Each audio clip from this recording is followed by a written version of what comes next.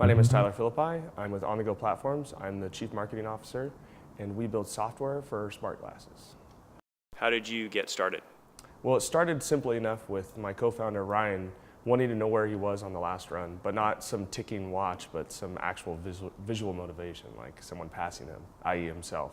And then after diving in and finding out the status of the hardware and what was going on in the space, we kind of got to see behind the curtain and realize that there's a whole wave of technology coming and no one building software for it. So Ghost Runner is the first application. How did you go from Ghost Runner to thinking about the company more broadly? Well, one of the first applications we're working on that is more of a showcase application on all the technology we're building is Ghost Runner. So you go on a run and it shows you your time and information live in front of you.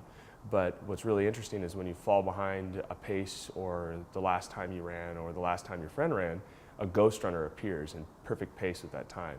You begin to essentially race yourself. When we were starting to build the application, we found all these other problems and all this lacking inside of the space, even just the core tools that we needed in order to build the application.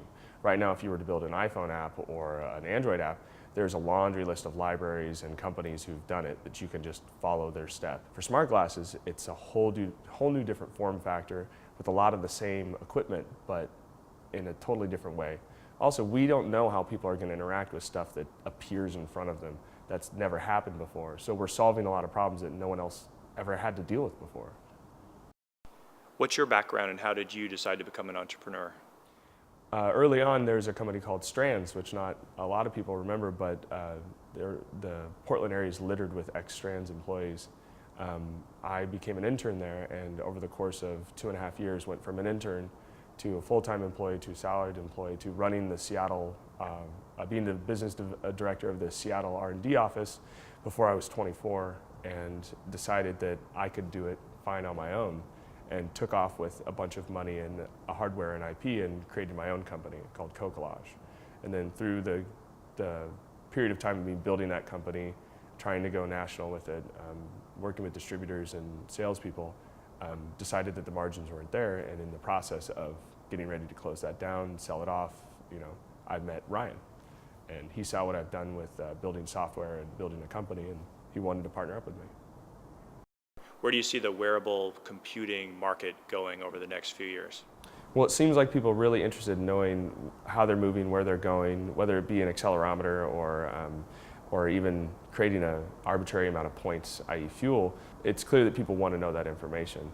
I think that what's going to happen is you're going to find a device on your face or on your arm that will slowly replace a smartphone, but it'll be augmented by a bunch of other devices. And what will happen is not smart glasses taking the place of smartphones, but smart glasses and other connected device as replacing smartphones. Google Glass is already pushing that core functionality forward, and all the glasses that are coming out related to sports and training are beginning to sync with phones to do all the things that a phone does. It's a very short step between that and starting to replace the phone, at least an accessory to the phone. So. What's your biggest challenge in getting the business going? What are you worried about? Our biggest worry is what we don't know. I mean, there's so much in this space that has never been faced before, and so facing those obstacles and either running out of time, running out of money, or running out of the ability to solve those tough problems. There's a lot of problems to solve, and the way we're mitigating that risk is focusing very tightly on the software and working with best-in-breed hardware and the largest brands we can get a hold of, so that way they can help fund us and deal with the marketing and distribution. What advice do you have for new entrepreneurs? Shadow someone who's very, very good at this for as long as you possibly can, even do it for free, because the amount of information I learned by doing it, by failing, by working on my own is absolutely invaluable. But if I could have done that without being the person putting the money or the risk on the line, it would have been very helpful.